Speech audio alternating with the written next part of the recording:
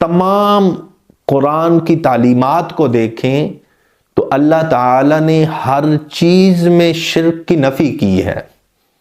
فرمایا ہے کہ میرے معاملے میں کسی کو شریک نہیں ٹھہرانا، میری ذات میں کسی کو شریک نہیں ٹھہرانا،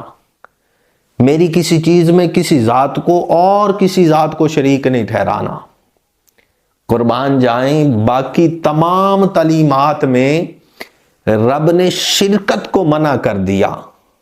شرک کو منع کر دیا، لیکن یہ ایک ایسا عمل ہے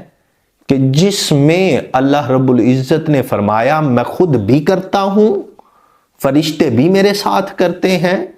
ایمان والو تم بھی میرے اس عمل میں شامل ہو جاؤ،